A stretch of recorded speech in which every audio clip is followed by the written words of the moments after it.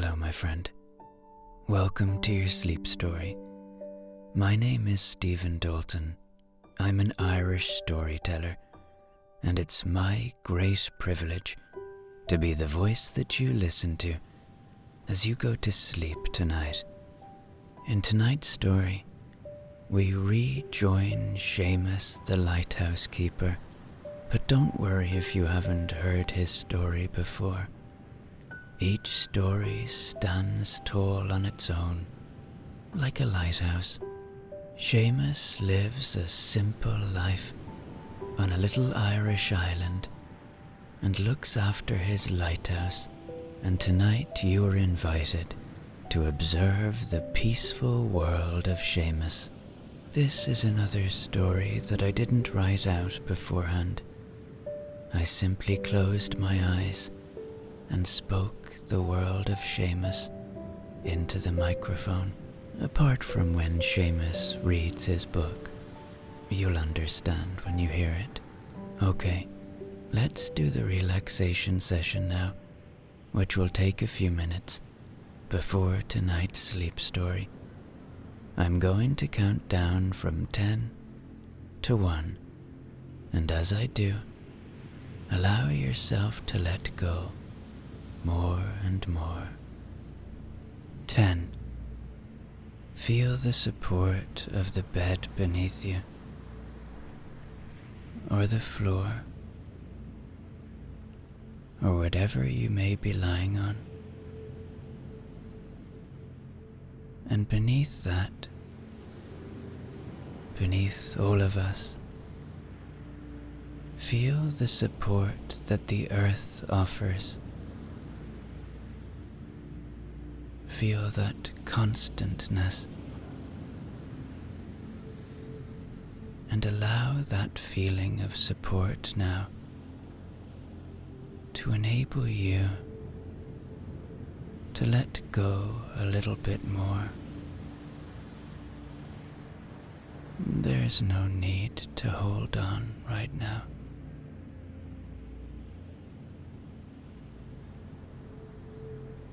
9.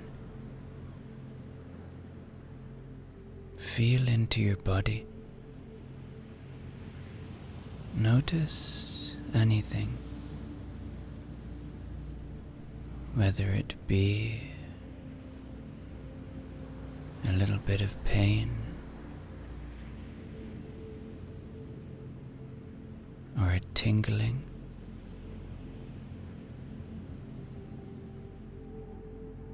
or a tension.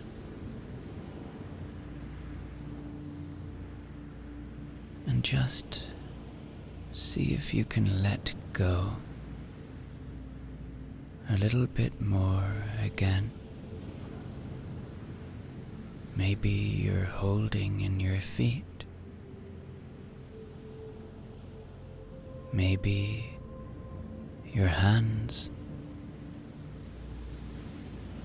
Maybe your face. Your body has worked hard for you today. It deserves to rest now. So just allow more release.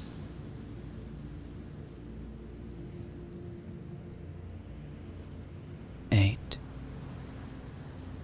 You are safe.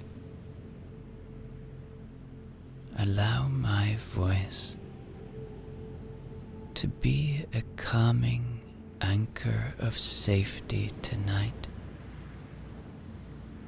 Know that my voice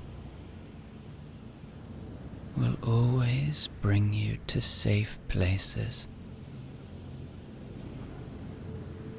Allow it to be a friend that guides you to magical worlds and great adventures and stories beyond your imagination.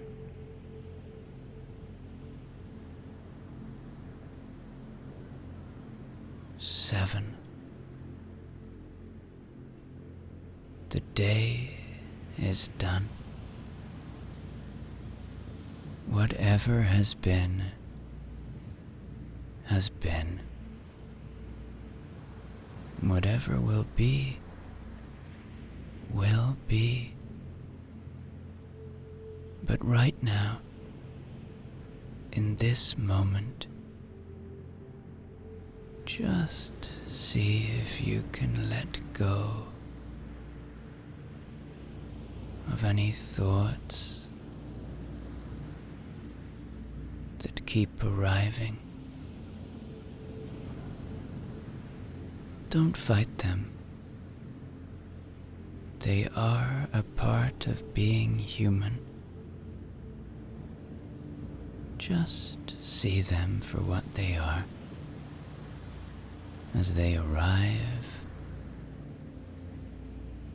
and let them go. Watch them float away like clouds passing in front of your eyes on a starry night.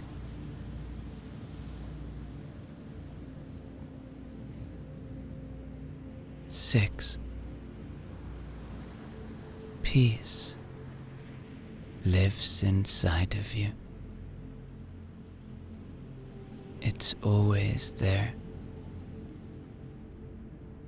It's in all of us. It's just waiting to be seen, waiting to be heard, waiting to be felt. And that peace can be felt by you tonight.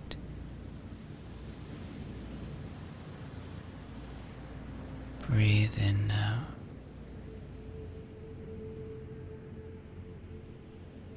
And breathe out. And see if that peace is there.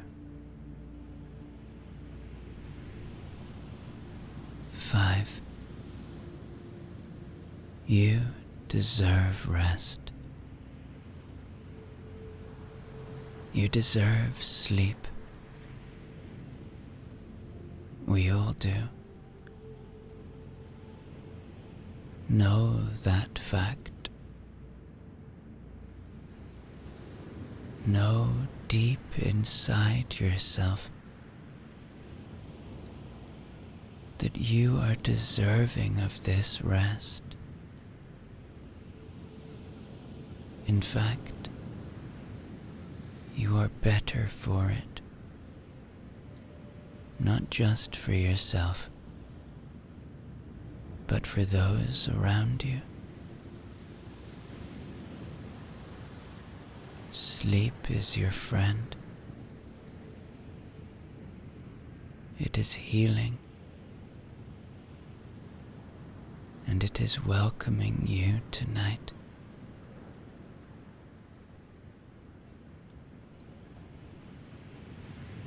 4.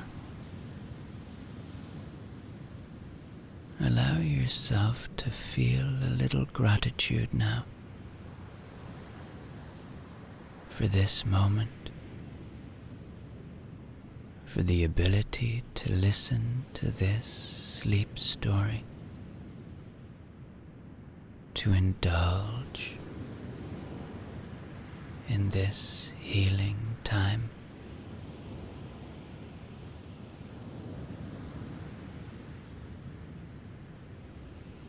3. Begin to engage with your imagination now. Begin to see a beautiful lighthouse standing tall on a little rocky Irish island, surrounded by the Atlantic Ocean. Begin to hear the sounds, to smell the smell of the fresh sea air, and to see a kindly looking man, the lighthouse keeper, too. Feel into your body one more time now. Just letting go of any tension still there.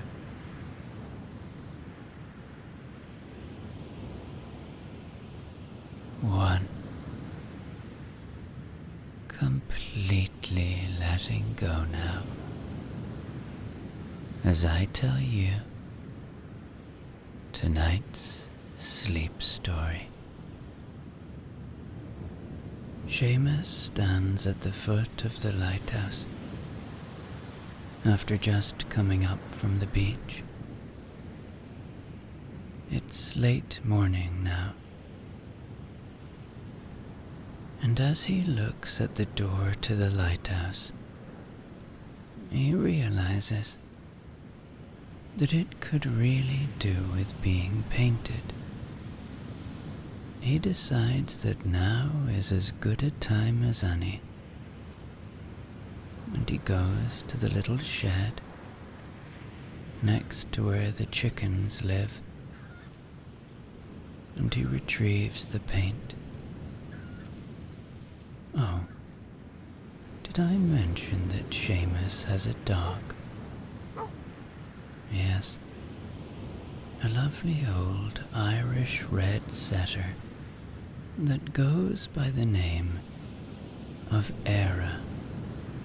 Yes, the Gaelic for Ireland.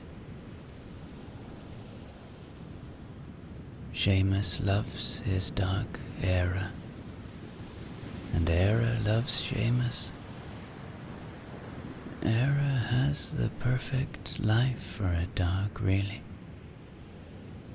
Living by the ocean, free as a bird,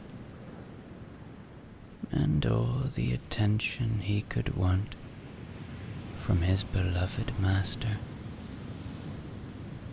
Anyway, I digress. Seamus takes the paint from the shed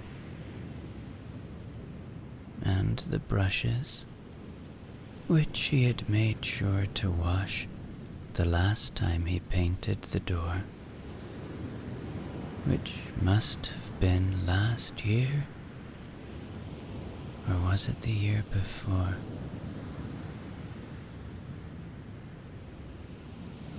He opens the paint and spreads some sheets around the grass.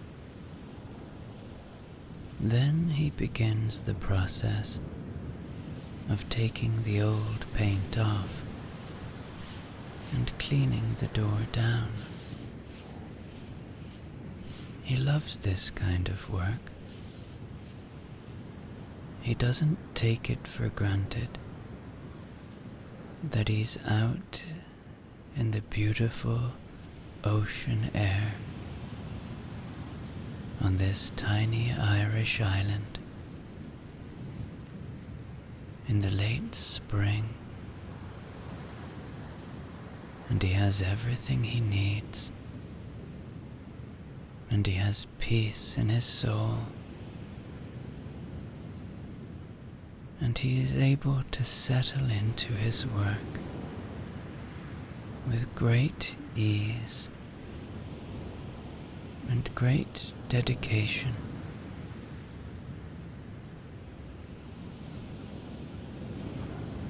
Once the door is clean of old paint,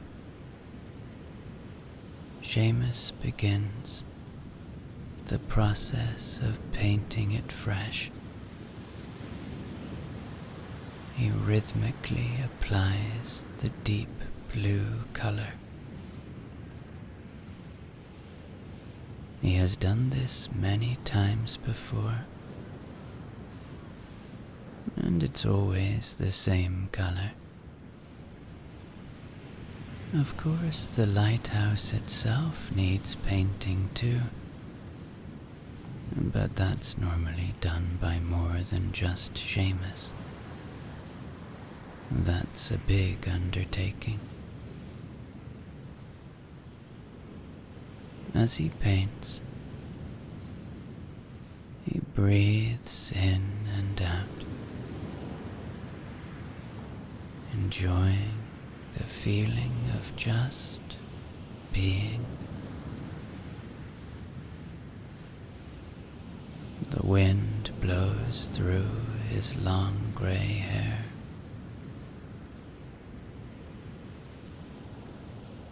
And the lines around the sides of his eyes crease as he smiles to himself in a kind of deep satisfaction, a deep contentment with the moment he is in.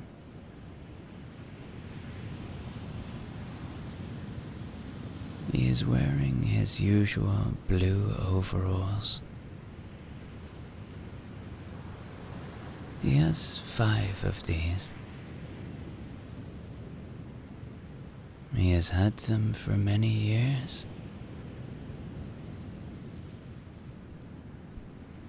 And it's pretty much all he ever wears. But he enjoys this. He never has to think about what he's going to wear, or how he's going to look. Not that he doesn't care about his appearance. He takes great pride in himself, in fact. But he enjoys the fact that he doesn't always have to keep up appearances, especially given that this is the year 1911, and he lives in a time when everyone was very conscious of how they looked to others, and gentlemen had to dress in a very particular way, and so did ladies, of course, even little children. But Seamus lives this simple life, far away from society and the stuffiness that can sometimes accompany it.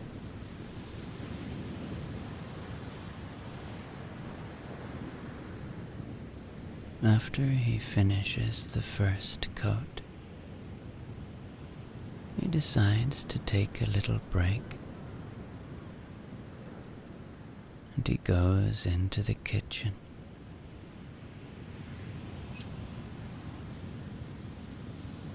He likes to have a second coffee a little later in the morning, and so he relights the fire, puts some more water in the kettle, and just sits and waits for it to boil.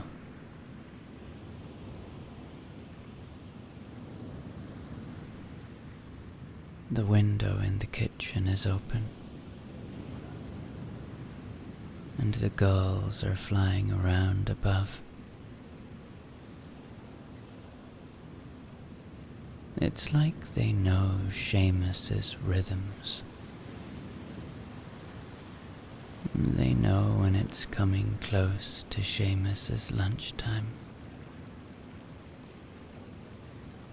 And Seamus is sometimes kind to them and throws them a little bread.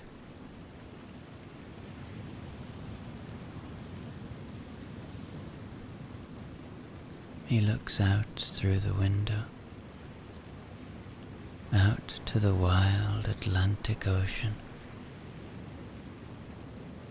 Next stop, America, he thinks to himself. Era walks into the kitchen. He knows he's not really allowed in here, but Seamus can't help himself. He loves this dog so much. And who wants a dog that's like a robot anyway? He often thinks to himself. Era has personality, and that's why Seamus loves him.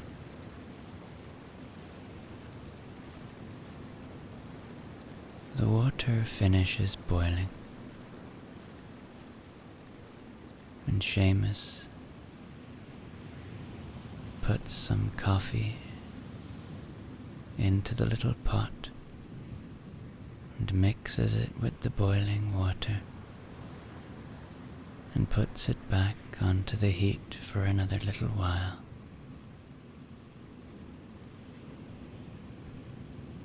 While he waits for the coffee to brew,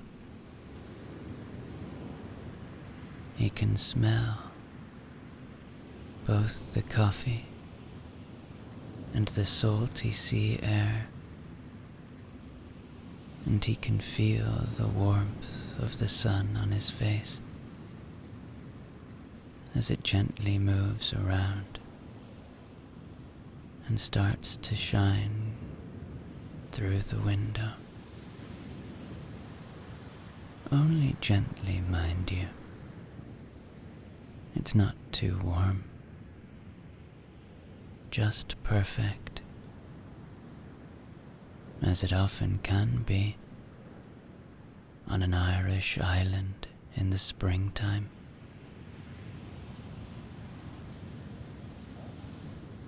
He decides to journal a little more while he's sitting here. He finds it very cathartic. He finds it very useful. He wonders if one day someone will read all of this. He supposes they will. He doesn't mind. I'll be long gone, he thinks to himself, and maybe they'll enjoy my story.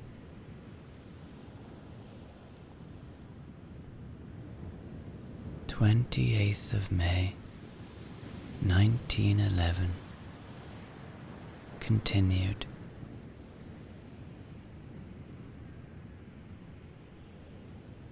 It was only after I stopped being a sailor that I really seriously started looking into becoming a lighthouse keeper.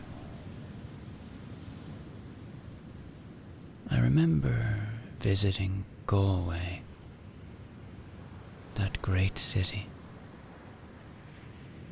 on the west coast of Ireland, and I met a friend for a pint in the pub. It was a late night, I remember, and we were deep in conversation. We were sitting by a little fire, and it was raining outside. For some reason, I think it was January. Anyway, that's not the point. I remember him saying to me, "What do you want to do now that you're not a sailor? I suppose you'll settle down and meet someone. Have kids?" "No," I said, almost immediately. And in that moment, there was something very telling about my response. I kind of recognized that for me the family life wasn't it. I wanted to live a life of solitude. I actually said it to my friend in that moment, and he laughed at me, almost as if there was something wrong with that.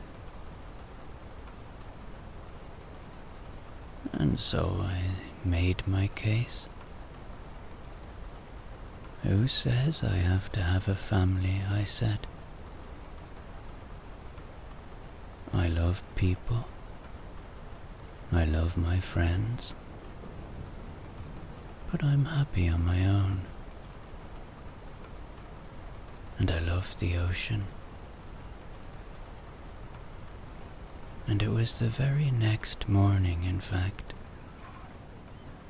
that I went down towards Galway Bay, and I found someone who worked in the docks, and I asked them,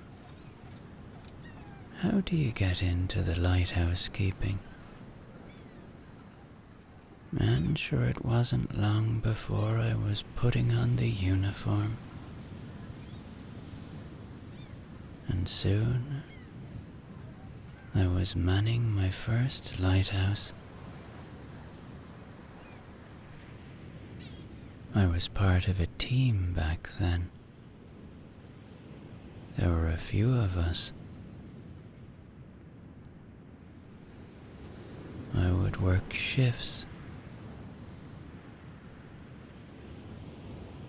Sometimes I would sleep. Sometimes I would stay up all night. I remember those days.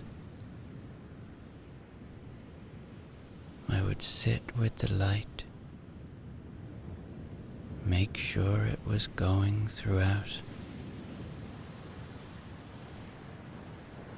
A lot of time to think, I'll tell you. Deep in the night, when you get bored of reading your book, and when you have no one to talk to.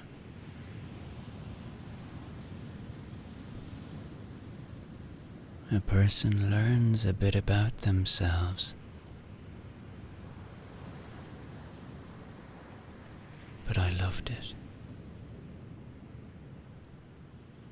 And of course, I stayed at it. Sure, amn't I here now? Anyway, to be continued.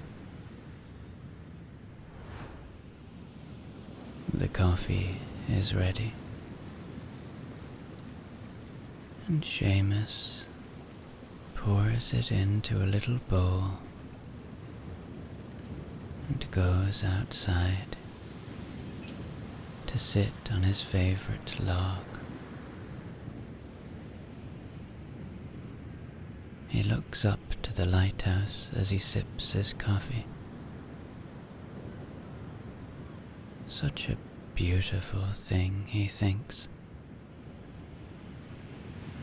This beacon that saves lives. This proof that humans care for each other. He closes his eyes now and takes some deep breaths, enjoying everything about this moment.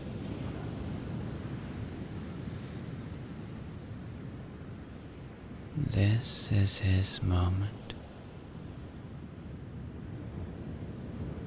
He has nothing to distract him. He has nowhere to be. He has nowhere to go.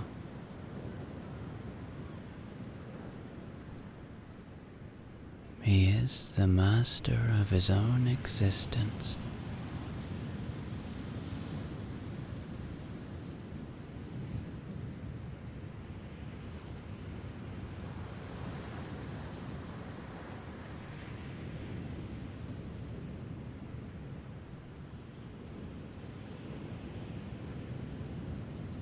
Now he decides to continue painting the door.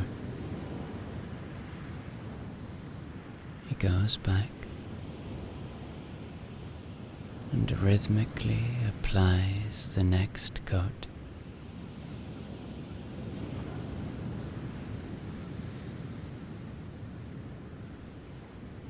He really enjoys this process. And while he's painting, he thinks about how his life is kind of like a monk's life. He grows his own vegetables. He has his own chickens. He lives far away from most of society.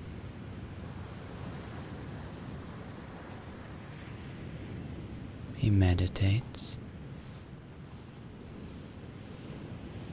He's very connected to himself and to the world around him.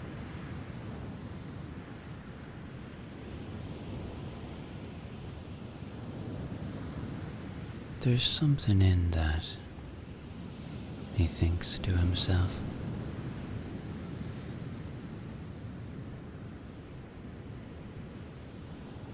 He sighs out a contented sigh as he finishes painting the door.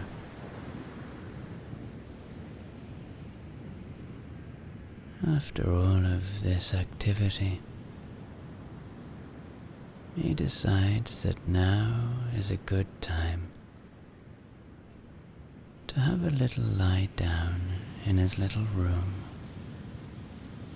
on his little bed, and read his book, a book that he has read many times, but a book that he loves deeply.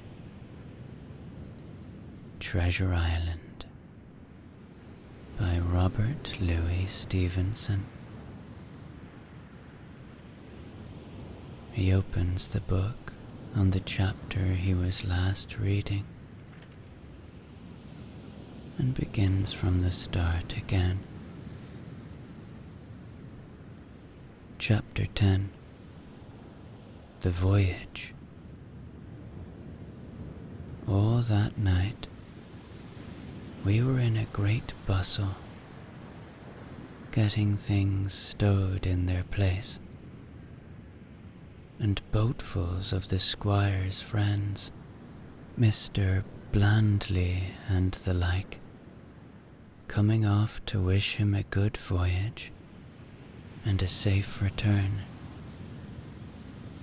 We never had a night at the Admiral Benbow when I had half the work, and I was dog-tired when, a little before dawn, the boatswain sounded his pipe, and the crew began to man the capstan bars.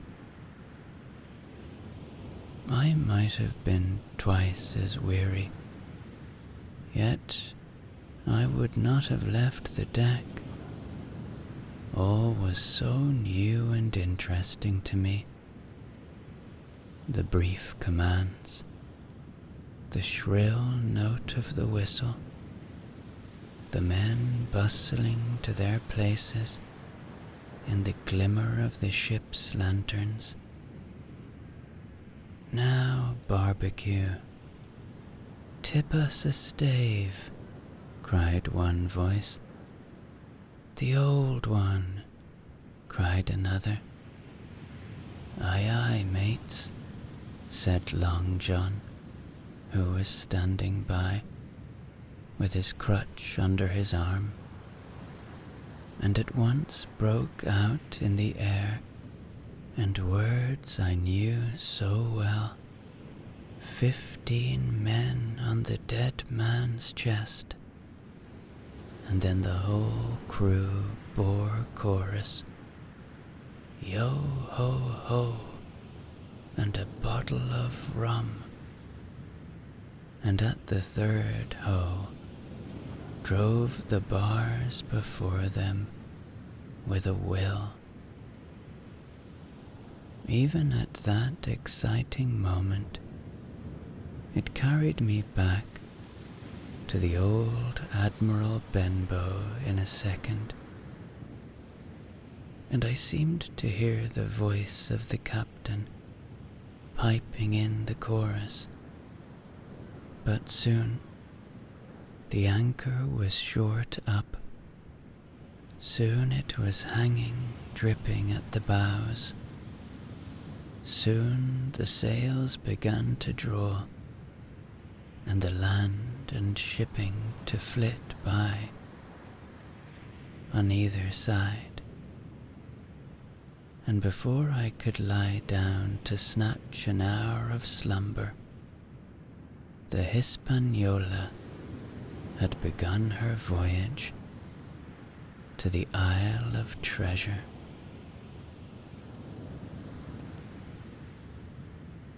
I am not going to relate that voyage in detail. It was fairly prosperous. The ship proved to be a good ship.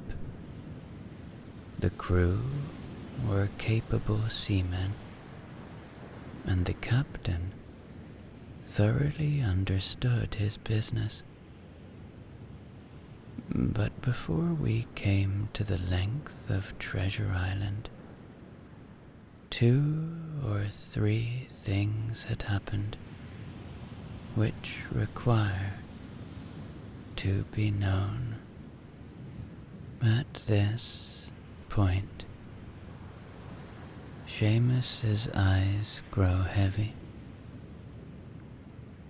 and he starts to fall into a deep rest, a little cat nap, if you will.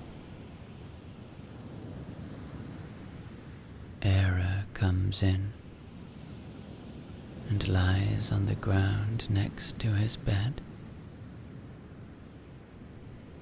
and he also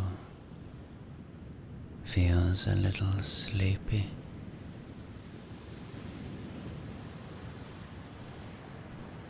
The 2 companions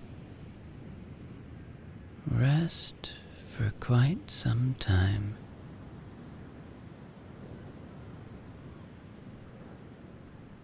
Both luxuriating in the restorative rest that is being offered to them, free of cares, free of worries, and for now, free of obligations.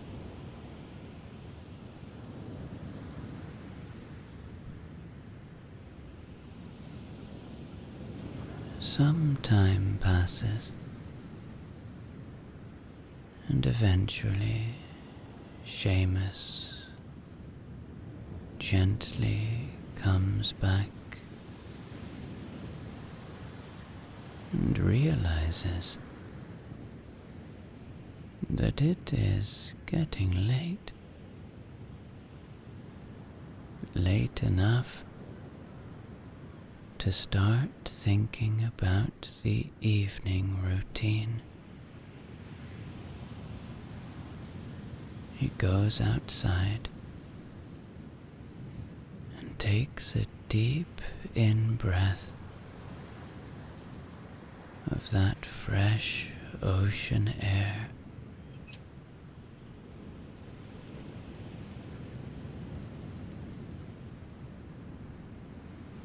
He sees that the light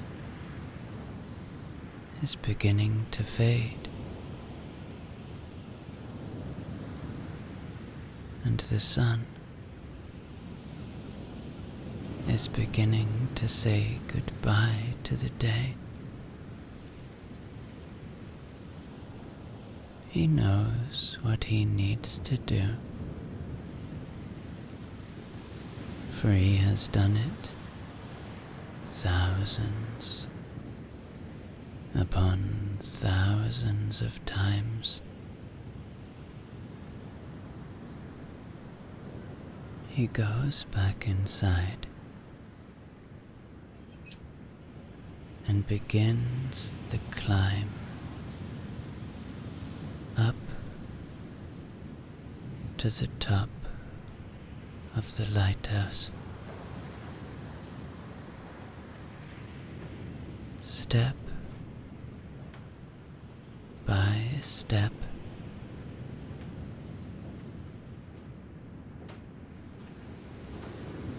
Era decides to follow him.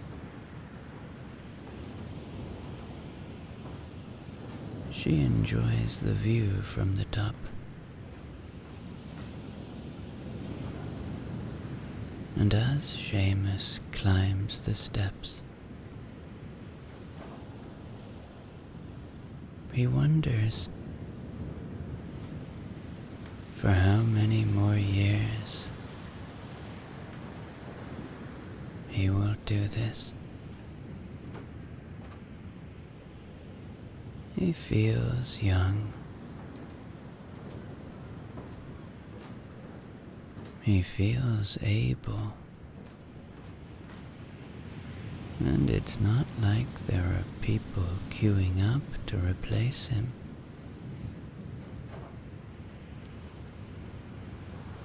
Each step he climbs,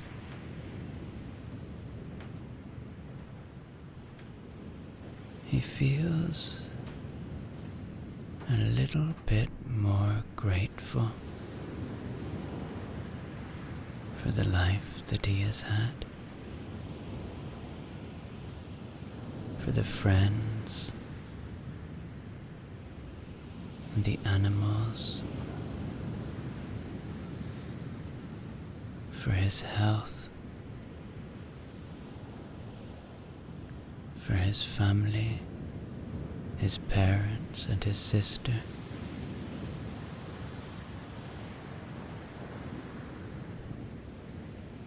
And for being blessed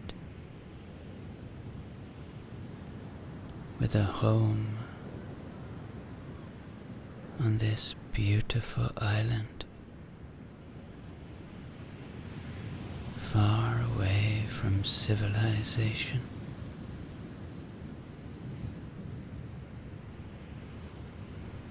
Eventually, he reaches the lamp room, and the sun is continuing its descent.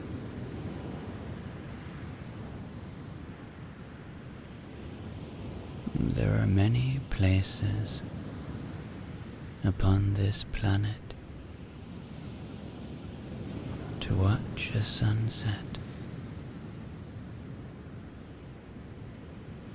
but it must be said,